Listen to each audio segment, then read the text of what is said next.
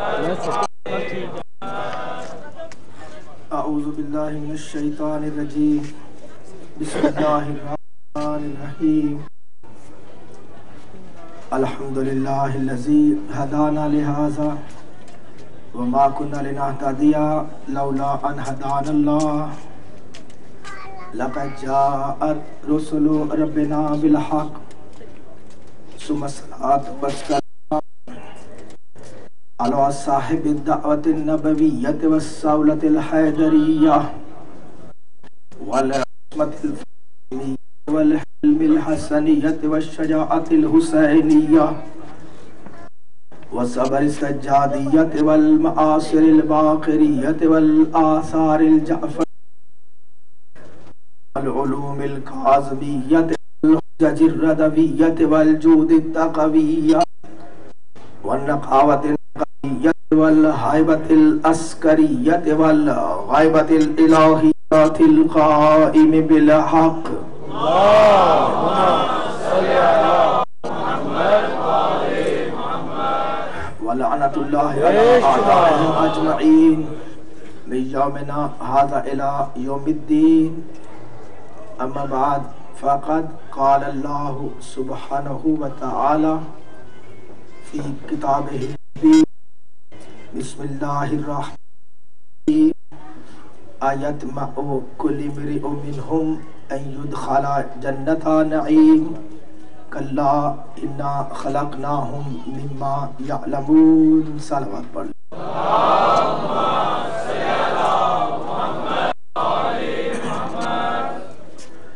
برادران اسلام حاضرین مجلس، رب العالمین بوسیلہ محمد ہم سب کا یہاں پر آنا قبول و منظور فرمائے۔ جاگتے ذہنوں کی نظر گفتگو ہے نجات حکمت کربلا زیر عنوان۔ اس جو چھٹی نشست ہے اس میں آپ سے عرض کرتے ہوئے میں یہ کہوں گا کہ نجات کے لیے اللہ نے ہدایت بھی اور ان ہادیوں نے ہمیں نجات کا راستہ بتایا جس کی ابتدا عمل کے ساتھ ہے، لیکن وہ عمل اگر صرف زبان تک رہے اور عقل و فکر پر اطلاق نہ ہو اور اس عمل کے کمال پر غور نہ کیا جائے تو وہ عمل صراط مستقیم پر قدم بڑھنے نہیں دیتا، وہاں پر رک جاتا ہے آدمی اور وہ ایک مشینی عمل تو کرتا رہتا ہے لیکن بندگی کے راستے پر قربت نہیں پاتا۔ اس لیے عمل کرنے والوں کے لیے رسول پاک نے 4 درجات بسم اللہ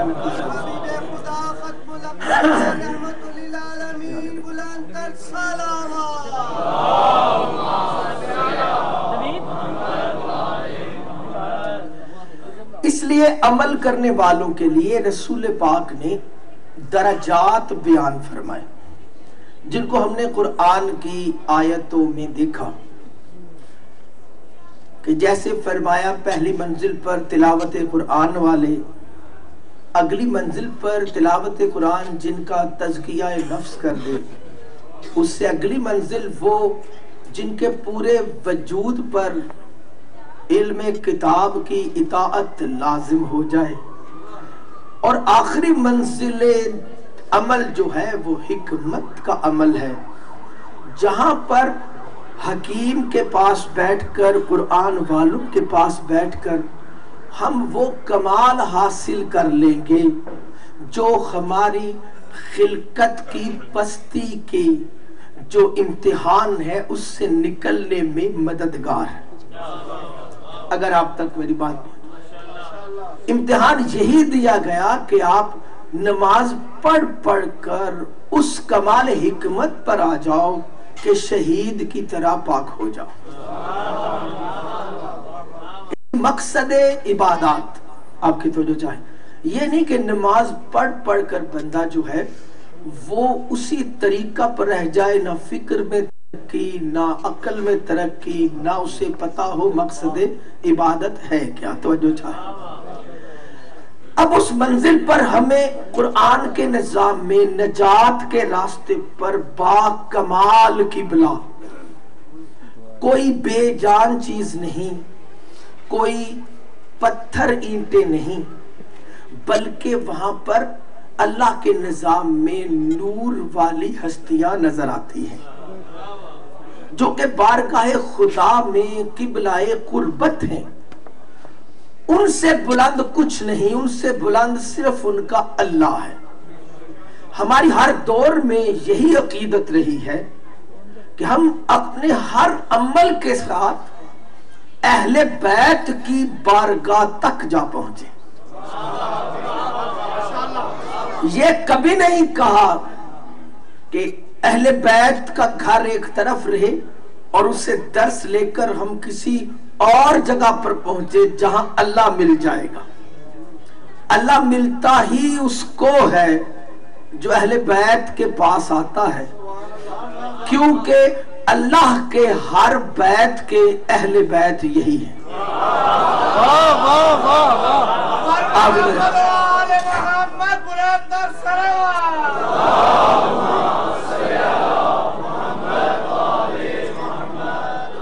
جاگتے ذہنوں کی نظر گفتگو ہے تاکہ ہم جو ہے اپنے موضوع پر آگے بڑھ سکیں۔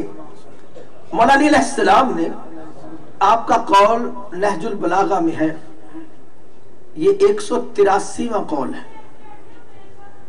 قال علیہ السلام وَمَا اخْتَلَفَتْ دَعْوَتَانِ إِلَّا كَانَتْ إِحْدَاهُمَا ضَلَالَةً، کہ جب دو مختلف دعوتیں ہوں گی، دو مختلف دعوتیں ہوں گی تو لازم ایک دعوت گمراہی کی ہوگی۔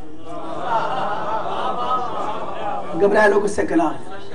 اب دنیا جا کر خود فیصلہ کرے کہ ہدایت کی دعوت کون سی ہے۔ ہم نے دنیا کو حسین کی طرف بلایا، توجہ چاہیے، ہم نے دنیا کو دعوت حسین دی ہے، جاگتے ذہنوں کو کلام کرتے، ہم نے دنیا کو دعوت دی ہے محمد کی طرف آنے کے لیے، اور آل محمد کی قربت میں آل محمد ہی کی خدمت میں رہنا سب سے بڑی عبادت ہے۔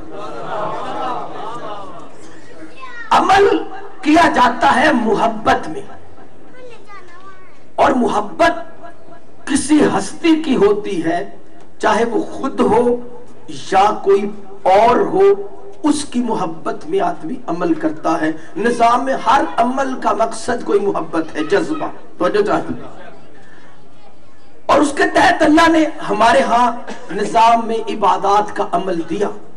لیکن مقصد مومن کیا ہے؟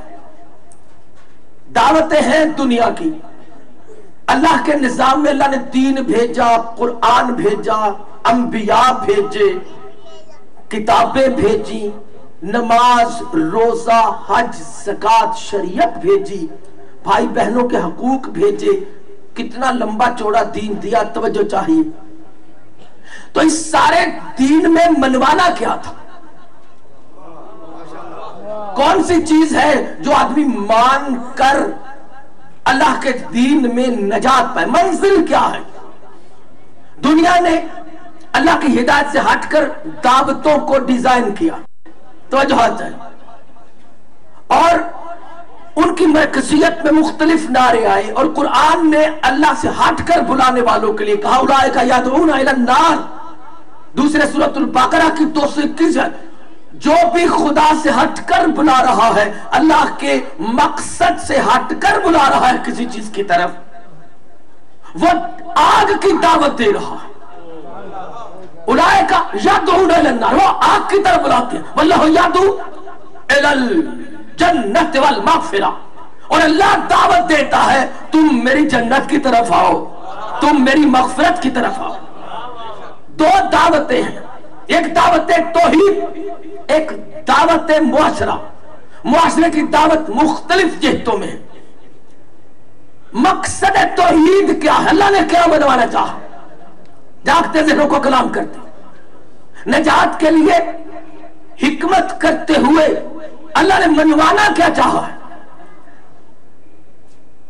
اللہ نے کہا کہ میں تمہیں دعوت دیتا ہوں جنت کی، مغفرت کی۔ اللہ نے جنت کہاں پہ رکھی؟ اپنے پاس۔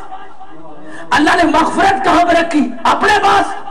خدا کی قسم، ایک ایک قرآن والوں کی حدیث اٹھا کر دیکھ لو، تفاسیر قرآن اٹھا کر دیکھ لو، ہر کسی نے مانا ہے کہ اللہ نے کل مغفرت محمد کو دی ہے اور ساری جنت حسین کو دے دی۔ تو جہاں چاہیے جاگتے ذرا کو کلام کرتے، تو اللہ دعوت دیتا ہے جنت کی طرف۔ تو کیا مقصد؟ یعنی تمہاری منزل جنت والے ہونے چاہیے، جن کو اللہ نے جنت کا سردار بنا دیا۔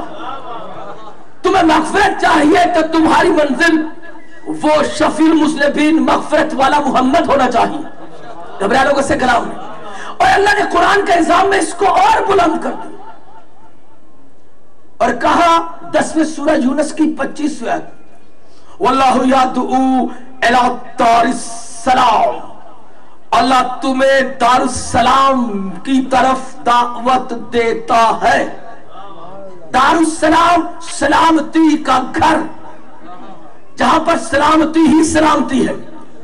ہر نمازی، ہر حاجی، ہر بندے کا مقصد یہ ہے کہ وہ دار السلام میں پہنچ جائے۔ یہ دار السلام کیا نماز کا گھر ہے، حج کا گھر ہے، زکوٰۃ خمس کا گھر ہے، ماں باپ بہن بھائی کے حقوق کا گھر ہے؟ یہ منزل مومن ہے، کمال کی جگہ۔ یہ دار السلام کیا ہے؟ جہاں پر کوئی پہنچ جائے تو جب بھی کوئی دار السلام میں پہنچے گا علیہ السلام ہو جائے گا۔ سلام میں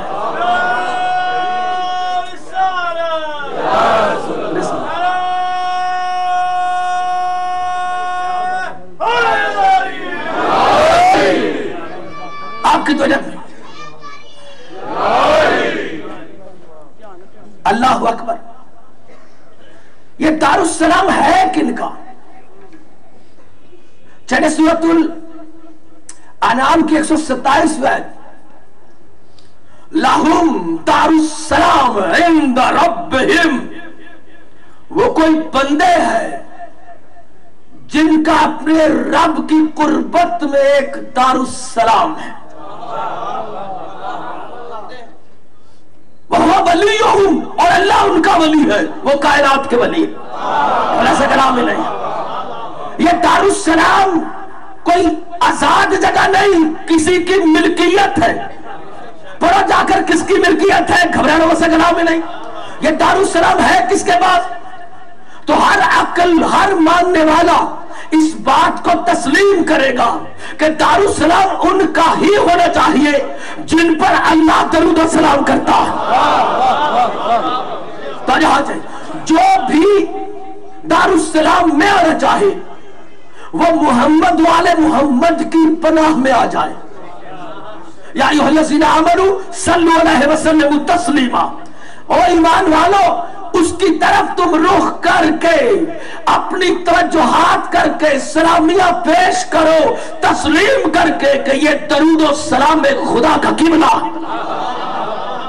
تو جہاں چاہیے تو اب اللہ کے نظام میں جو منزل کمال ہے، جب اللہ بلاتا ہے دار السلام کی طرف تو کیسے جائے؟ دار السلام میں کوئی آدمی کیسے جائے؟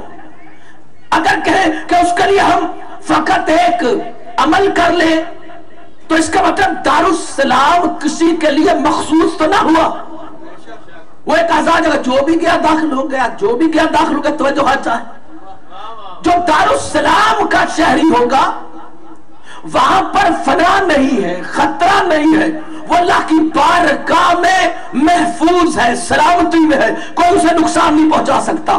اللہ دارالسلام میں رہنے والے کون ہیں؟ تو قرآن نے کہا اللہ اکبر، سلام علی عبادہ الذین اصطفیٰ، کہ اللہ کے کچھ چنے ہوئے بندے ہیں جن پر اللہ کی طرف سے سلامتی آتی ہے۔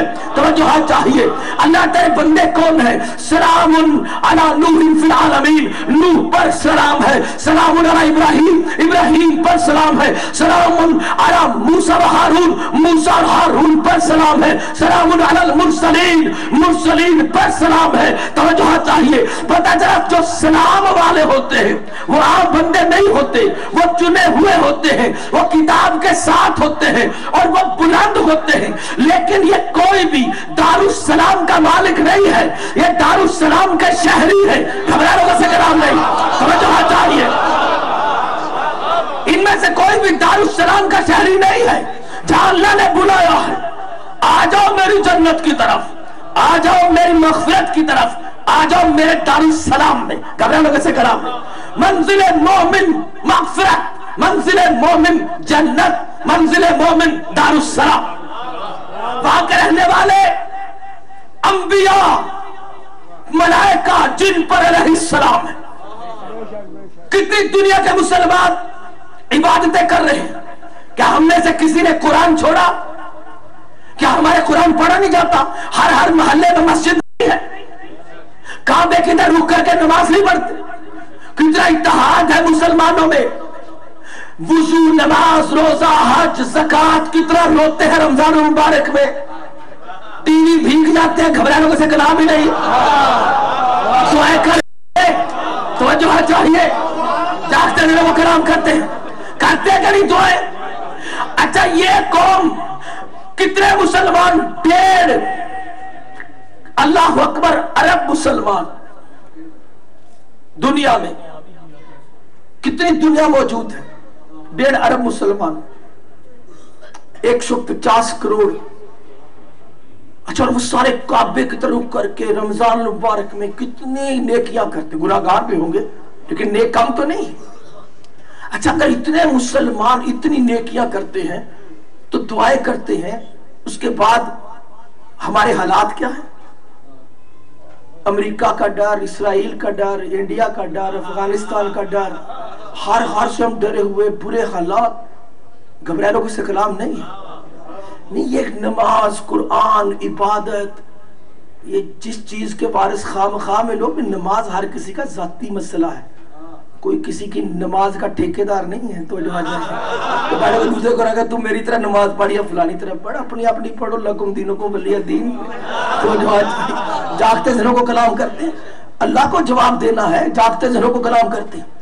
لیکن اللہ کے نظام میں اتنی نمازیں، اتنی عبادتیں، اتنی چیزیں کر کے حاصل کیا کیا؟ آپ کا قومی تاثر کیا ہے؟ ڈرے ہوئے، سہمے ہوئے، بدنام، گھٹیا حکومتیں، گھٹیا کردار، پسی ہوئی قوم، گھبرانے سے کلام ہی نہیں۔ ارے ہمارے جیسے ایک جو ہے وہ محمد والے محمد کی حمایت میں راہ نجات دکھانے والے کے لیے تو اعتراض ہے، لیکن اسلام کی نمائندگی نہیں صحیح ہو رہی۔ وہ تو تم جو دنیا میں اسلام کو جوتے پڑوا رہے ہو۔ نہیں، توجہ چاہیے، اس طرح مسلمان رہنے میں عزت ہے؟ وجہ کیا ہے؟ کہ نجات حرکتوں میں نہیں، بندوں میں نہیں ہے، ان میں ہمارے جیسے کتنا کرتر نجات نہیں ہے۔ لیکن خدا کی قسم یہاں سے لے کے کسی جگہ پر مجھے کوئی بندہ بتائے، اگر ایک نبی اللہ کا آ جائے، عیسیٰ آ جائے، موسیٰ آ جائے، نوح آ جائے دنیا میں، اور ہمیں پتا ہو کہ اللہ کے نبی ہے، تو ہمیں کسی سے ڈر لگے گا؟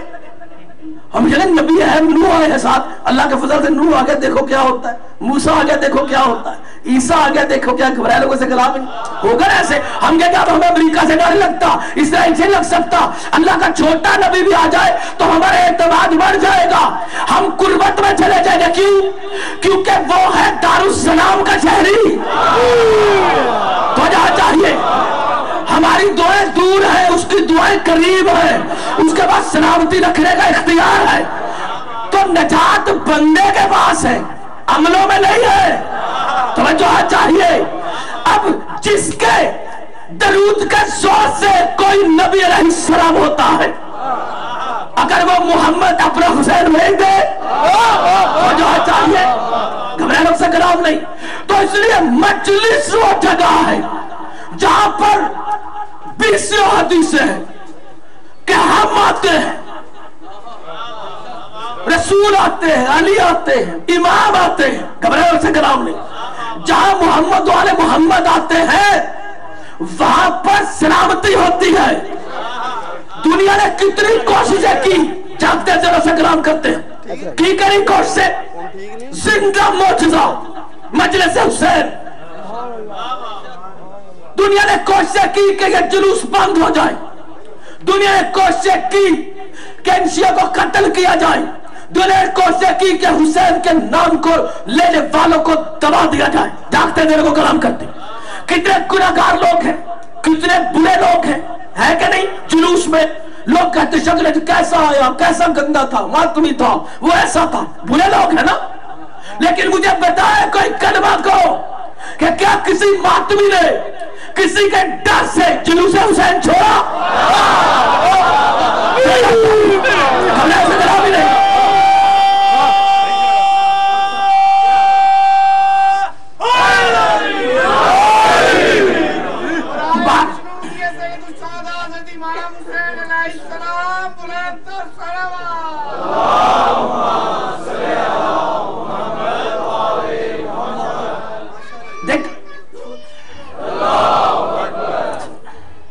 تو جو ہاتھ پہ شکر گزار اللہ اکبر.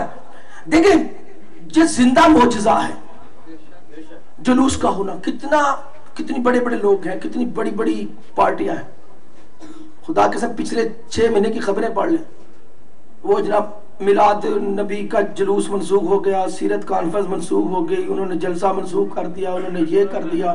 کوئی نمازوں سے ہمارے بھی بولے ہاں جلوسوں کو اندر ہی رکھ لیں، ذرا تھوڑا کر لیں، یہاں تک کر لیں. توجہات چاہیے. ایسی آوازیں آئیں، کتنے منصوبے، کتنا بتایا گیا، قوم کو ڈرایا گیا بٹھا کر چینلز کے اوپر پروپیگنڈا. کبھی کوئی بول، کبھی جلوس نہ نکالنا. کوئی ہے حسینی جس کے دل میں یہ تھا کہ میں جلوس نہیں نکالوں؟ مجھے آپ کا نہیں پتا، لیکن میرے دل میں یہ تھا اور ہے کہ جب تک ہے ہم حسین کے جلوس میں ہی ہیں. اور میں حیران، اور دنیا کی آنکھیں پھٹ گئیں جب انہوں نے دیکھا کہ کراچی سے پشاور تک، میں ایسے چھوٹے علاقوں میں گیا، لوگ گلیوں میں پھر رہے، رات پوری جاگ رہے ہیں، بچے عورتیں گلیوں میں. کتنی جگہ پر آخر ان کو بچایا کس نے ہے؟ گھر ایسا کلام ہی نہیں. کس نے بچایا؟ کہ یہ خود ہمارے دشمن نہیں تھے، مارنے والے نہیں تھے؟ اللہ اکبر. پتہ نہیں دشمن کے کتنے منصوبے تھے، کیا تھا. وہ تو کہتے کہ سارے پاکستان میں جتنے شیعہ ہم ان کو لٹا دیں، لیکن لٹائے تو وہ نا جس کا امام لیٹا ہوا ہو. جلوسی تو ایسی جگہ ہے جہاں پر ہمیں قیادت رسول ملتی ہے، قیادت امام ملتی ہے. خدا کی قسم کوئی شیعہ اپنے گھر میں جا کے دیکھے، ہم نے کبھی فکر کی چوریوں کا خطرہ نہیں، کسی چیز کا. دروازے کھلے رکھے، گلی محلے کھلے رکھے، معاشرتی تانے سے مشورے دیتے رہے، ایسے نہ جھگڑو، ایسے گلیوں کو نہ رکھو. ٹھیک ہے ایک ظاہری پہرا تو کربلا والوں نے بھی دیا تھا، توجہ چاہیے. لیکن یہ کس چیز نے یہ معجزاتی جلوس کو فتح میں بدلا ہوا ہے؟ ہمارے سے کلام نہیں. یہ ہے تعلق امام، کیونکہ وہ ہے وارث دار السلام. ہمارے سے کلام نہیں.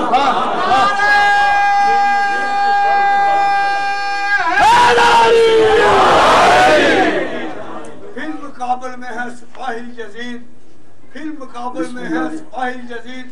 مومن و نازع زندگی لکھ لو، گولیاں جسم کو چھو نہیں سکتی، اپنے سینوں پہ جائلی لکھ لو. آپ کی توجہ پہ شکر گزار اللہ اکبر. دیکھیں اب ان لوگوں کے لیے معصوم نے قول پیش کیا. امام رضا علیہ السلام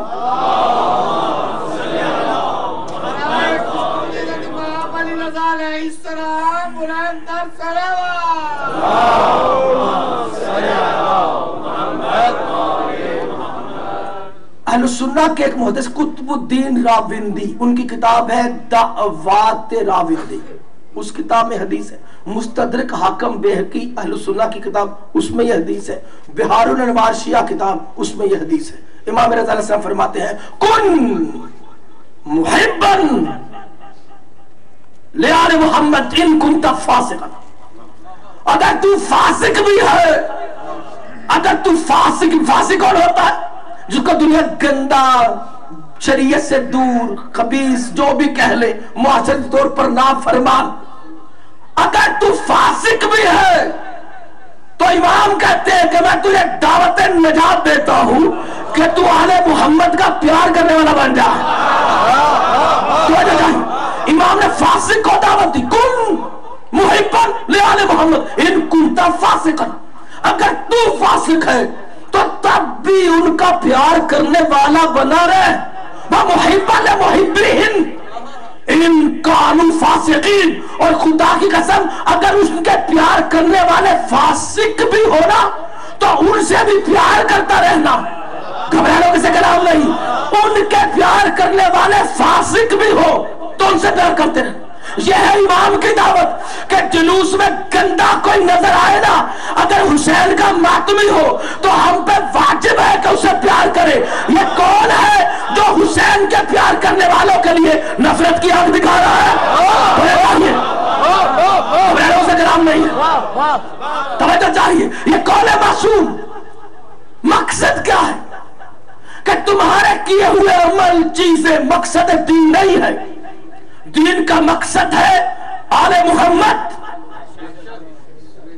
اگر ان کی محبت میں ہے تو ان کی محبت کو بلند سمجھو. جاگتے دل کو کلام کرتے ہیں. تو یہ دو دعوتیں ہو گئی نا. ایک دعوت دے رہی ہے کہ ماتمی کے لیے تم اس کو چھوڑو, وہ دین کی تباہی پھیر رہا ہے. تیرا ہے دین ایسا کون سا جس کی تباہی ماتمی نے پھیر دی ہے؟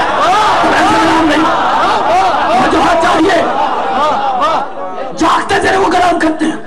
یہ کون سا دین ہے جس کی تباہی ماتمی پھیر رہا ہے؟ تو جو چاہیے کون سا دین ہے؟ شیعہ تو نکون لنا زینا ولا تکون لنا شینا. ہمارے شیعہ ہمارے لیے زینت بنو, تم ہمارے لیے شرمندگی نہ بننا. امام کا قول ہے. پہلے شیعہ کی پہچان تو کرو. توجہ چاہیے. صراط مستقیم کی مقصدیت عقل کو ہاتھ مارا جائے. کیا مقصد ہے شیعہ ہونے کا؟ ایک آدمی صبح کو اٹھے, نہائے دھوئے, غسل کرے, خوشبو لگائے, نماز پڑھے, قرآن کی 15-16 سورتیں پڑھ لے تاکہ دن میں اس کو پیسے زیادہ مل جائے. گھبراہٹوں سے کلام ہے.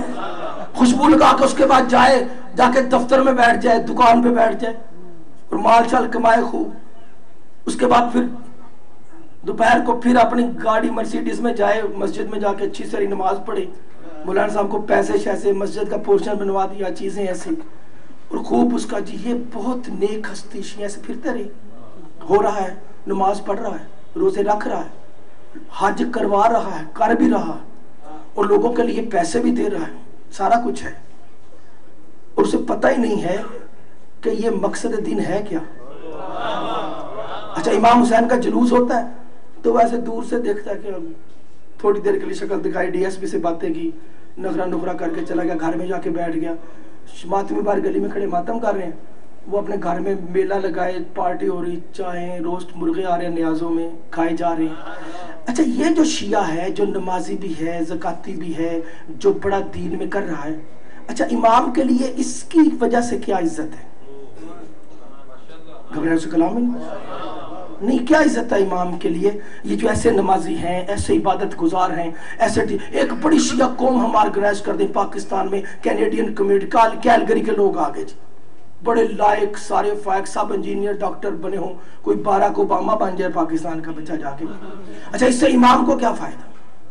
اگر آپ لوگ اپنی تحریک بنا لیں, یہاں پہ لاہور کو بڑا شیعوں کا صاف ستھرا شہر بنا دیں, اور سارے بڑے جمعے ہو رہے ہوں سفید کپڑے پہن کے بڑے اچھے, تو اس سے امام کو کیا فائدہ؟ امام کی کیا شان بڑھ رہی ہے؟ گھبراہ لوگوں سے کلام ہے. خدا کی قسم تدبر کریں. اگر ان چیزوں سے شان ہوتی تو جو رب کے بدو حج کر رہے ہیں بڑے شاندار ہیں, ان کے کپڑے تو دیکھا کرو. حج چاہیے, اتنے اچھے کپڑے پہن کے وہ سارے بیٹھے ہوتے ہیں, صفے مل کے اور اس لارڈ فیملی میں کوئی دوسرا بیٹھ ہی نہیں سکتا، تو جو ہاتھ چاہیے. تو اس سے امام نے یہ جو کہا نا کہ ہمارے لیے زینت بنو، شیعہ بنو، اس کی دلیل شیعت ہے. تمہاری اپنی دنیا داری کی نمازیں، عبادتیں، رویے نہیں ہیں. امام کی غیبت میں کیا قوم بلند کر سکتے ہم؟ کرو.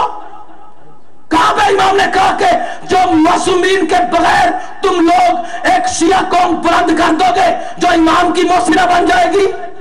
کہاں پہ لکھا ہوا ہے؟ ہمیں حکم انقلاب کا نہیں ہے، ہمیں حکم انتظار کا ہے. نہیں ہے. شیعت ہر دور میں یہ نہیں ہے کہ معصوم کے بغیر کچھ نہیں ہو سکتا. یہ کون ذہن ہے جو کہتا ہے کہ معصوم کے بغیر ہو سکتا؟ اگر معصوم کے بغیر ہو سکتا ہے تو پہلے غیر معصوم میں غلطی کیا تھی؟ کیا غلطی تھی ان لوگوں میں جن کے لیے ہم نے فرقہ بنایا؟ کیا غلطی تھی؟ وہ تو اماموں کے ساتھ تھے، مولا مدد کرتے، قوم بلند ہو جاتی. معصوم نے اس کے اقتدار کو پسند نہیں کیا، کیونکہ جو ایک دھاگے جتنا قسم کرے اس کی نماز نہیں ہوتی. ہونا چاہیے چاہتے تھے قرآن کرتے. تو یہ کس نے سکھایا ہمیں؟ کون تشریح کر رہے اقبال کی کہ جو زینت شیعہ ہے اس سے مراد ہے بڑے لچھی کمیونٹی، بڑے صاف ستھرے نمازی، بڑے اچھے حاجی، پیسے دے کے فرسٹ کلاس میں سفر کر کے زیارتیں کرنے والے، 5 اسٹار ہوٹل میں 18 کلو گوشت کھا جانے والے. یہ امام کی شان ہے. وہاں پہ جا کے مرسیڈیزوں پہ ایک شہر سے دوسرے شہر جانے والے، اربوں کے معیار پر وہاں پر بجروں میں پھرنے والے، یہ امام کا شان ہے. یہ امام کی خدا کی قسم دنیا داری ہے. امام کی شان وہ شیعہ ہے کہ جس دن امام کی شہادت کا جلوس ہو، چاہے وہ ریڑی والا ہو، چاہے وہ دکان والا ہو، اور اس کے پاس اکر علم کم ہو، لیکن وہ پورے جلوس میں سارا دن ننگے پاؤں کاروبار چھوڑ کے پھرتا رہے تاکہ میرا امام جلوس لے کے اکیلا نہ رہ جائے. یہ شیعہ ہے جو امام کی مودت کے عمل میں معاشرے میں امام کی نشانی بنا ہوا ہے. جس دن امام کی خوشی وہ خوش نظر آئے، جس دن امام کا غم وہ غمگین نظر آئے، جس دن امام کی مظلومیت وہ احتجاج کرتا نظر آئے، جس دن امام کا کوئی ظلم ہوا ہو وہ مطالبہ کرتا نظر آئے، اپنے کاروبار کو چھوڑ کر، مقصد کو چھوڑ کر، کیونکہ اسے پتہ ہے میں شیعہ ہوں، مجھے سیدہ نے مانگا اس لیے تھا تاکہ میں اس کی اولاد کے حق کا مطالبہ کرتا ہوں. اللہ اکبر، نعرہ حیدری، زندہ باد حسینیت، زندہ باد یزیدیت، مردہ باد یزیدیت، مردہ باد بر محمد و آل محمد بلند سلام. فکار ہے ماتم حسین کا، اور اس کا کوئی یزید سے رشتہ ضرور ہے جس کو بھی ناگوار ہے ماتم حسین، جسے یقین ہے ہاتھ علی شہنشاہ کی ملکیت ہے. قبلہ صاحب سے لے کر آخری بندے تک دونوں ہاتھ بلند کر کے نعرہ حیدری. آپ کی توجہ پر شکر گزار. دیکھیں جب اقوال پر غور کریں تو نماز تو سارے مسلمان پڑھ رہے ہیں، لیکن حسین کی شہادت کے جلوس میں سارے نہیں ہیں. شیعہ وہ ہے جو حسین کی شہادت کے جلوس میں سارا دن کھڑا ہے. زینت وہ گندا ماتمی ہے جو حسین کو تنہا نہیں چھوڑ رہا. اس لیے ایسے پڑھے لکھوں سے ہمارے ان پڑھ اچھے. ہم نے دنیا کی تعلیم لے کر کیا کرنا؟ ہمارا مقصد حسین ہے، گھبراہ اسے کلام نہیں. یہ پتہ نہیں کس کے بندے بنانا چاہتے. مقصد دین عبادت نہیں ہے. جو بندہ یہ کہ مقصد دین سے مراد صرف یہ عبادت ہے شریعت والی، تو یہ معصوم کے قول قرآن کے پیغام سے ٹکراتی ہے چیز. مقصد دین اللہ کے نظام میں محمد والے محمد ان تک جائیں. میں ایک مثال آپ کے سامنے پیش کی، شاید گزشتہ سال پھر اس کو دوہرا رہا ہوں. اگر ایک مورخ اذان دیتا رہے تو ہم کہیں گے بڑا عبادت گزار، تو کمال پہ رہے گا اذانے دیتا رہے. تم کہ نہیں بھی اس کو نہیں ذبح کرو، یہ تو اذانے دیتا ہے. تو کبھی آپ نے اس کے اذانوں کو لحاظ کیا کہ مرغ ہے تو اذانے دے دے کے خود ہی مر جائے گا اذانے دے کے، ہم نہیں کھائیں گے اسے؟ ایسا ہوا؟ تو مرغے کا مقصد تخلیق کیا ہے؟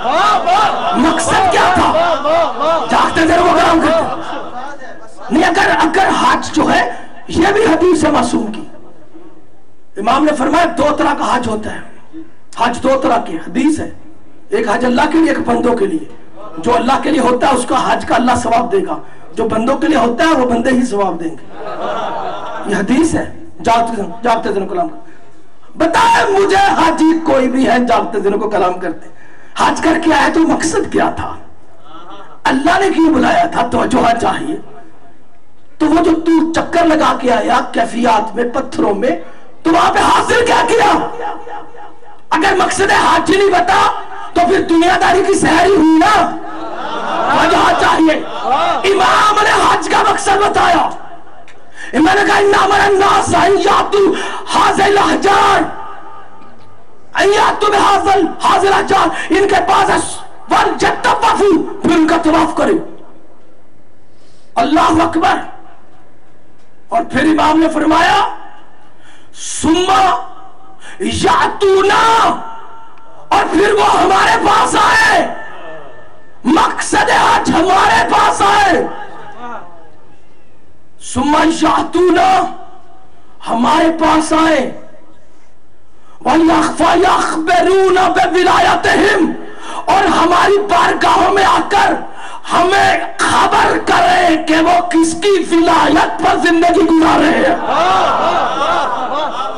وَيَخْبِرُونَ بِوِلَایَتِهِمْ، بتائیں کہ ان کے اوپر کس کی ولایت چل رہی ہے. وَشَهِدُوا أَنَّا نَصَرَهُمْ، اور ہماری بارگاہوں میں آ کر ہمیں گواہیاں دے کہ مولا ہم اپنی مدد تمہیں پیش کرتے ہیں، ہم تمہارے مددگار ہیں، ہماری فکر میں تم ہو، ہم تمہیں ولی مانتے ہیں. اب بتاؤ یہ ہے مقصد حج.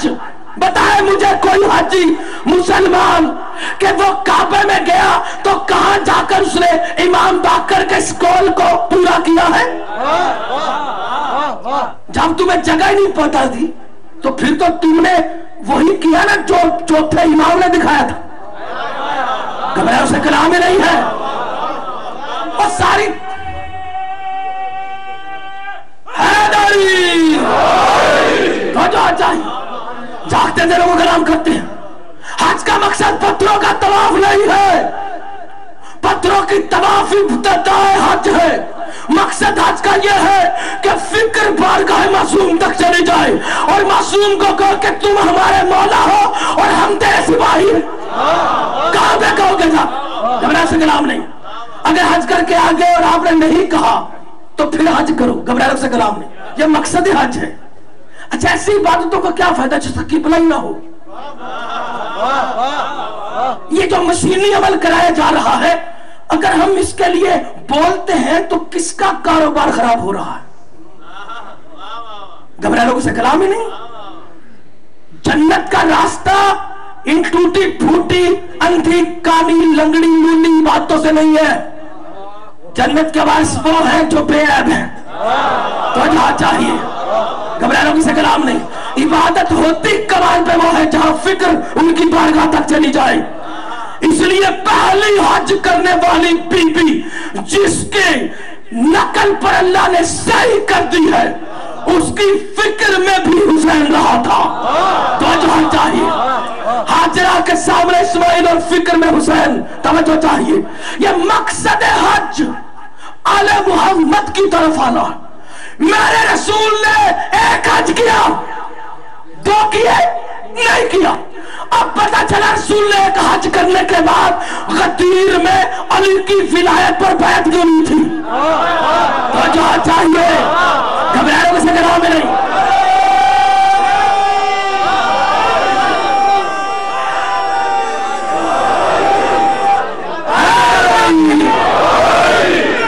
تو جو چاہیے. بھئی یہ کوئی حادثہ نہیں تھا، یہ حج کا مقصد ہے. پہلے ان کے نقش قدم پر چل کر آؤ جو ان کی طرف رخ کر کے عام بندوں سے درود والے بن گئے تھے، اور پھر آؤ اس مقام پر جہاں محمد نے ان کی ولایت کو تم پر نافذ کیا ہے. اور پھر وعدے کرو ان کی بارگاہ میں فکر کو رکھ کر کہ مولا ہم تیرے سپاہی ہیں، تو ہمارا مولا ہے. گھبرانے سے کلام نہیں، یہ مقصد حج معصوم نے بتایا. تو ہر عبادت کے کمال پر محمد والے محمد. دنیا نے مخالفت کی کہ نہیں؟ رسول پاک نے ایک حج کیا. حاجیوں کی تصویر کیا ہے؟ ان کا ذکر کی ابتدا اللہ کی طرف ہے اور وہ جاتے ہیں کعبہ کی طرف، اور انہوں نے کہا لبیک اللہم لبیک لا شریک لک لبیک ان الحمد والنعمت لک. یہ پڑھتے جا رہے ہیں اللہ اللہ اللہ کرتے ہوئے کعبہ تک گئے اور انہیں پتا چلا اللہ کے نام پر کعبہ کی طرف بلانے والا ابراہیم اصل میں کیا کر رہا تھا. تو انہوں نے اس کی نقل پر کبھی بکرا ذبح کیا، کبھی طواف کعبہ کیا، کبھی دشمن علی شیطان کو مارا، کبھی اپنے بچوں کو علی کی اولاد پر قربان کرنے کی کوشش کی. جب سنت ابراہیمی سے اللہ کے پیغام کا مقصد سمجھ میں آ گیا کہ یہ آل محمد کی غلامی کے لیے حج کو پیش کیا گیا ہے، تو پھر آئے رسول لے کر ان کو مقام قدیر میں اور ان کو بھیج دیا دنیا کے چاروں کونوں کی طرف، اور پھر واپس بلایا تاکہ انہیں پتا چلے کہ جدھر محمد اب بلا رہا ہے یہ مقصد دین ہے. اور پھر بلا کے رسول نے ان کو وہاں پر ولایت آل محمد دی، ولایت علی دی. ایک حج کیا رسول نے، رسول کا ایک حج ہے. آج بھی ہر مسلمان کو ویسے حج کرنا چاہیے. اگر کوئی مسلمان ویسے حج نہیں کرتا تو وہ سنت رسول کا تارک ہے. اللہ کے طریقے قرآن کے حج کو چھوڑنا ہے. رسول نے کب منع کیا کہ تم میرے طریقے میں حج نہ کرنا؟ تو رسول کا ایک حج، اور حج کیسا کہ سارے آؤ اللہ اللہ کر کے اور گھر جاؤ علی علی.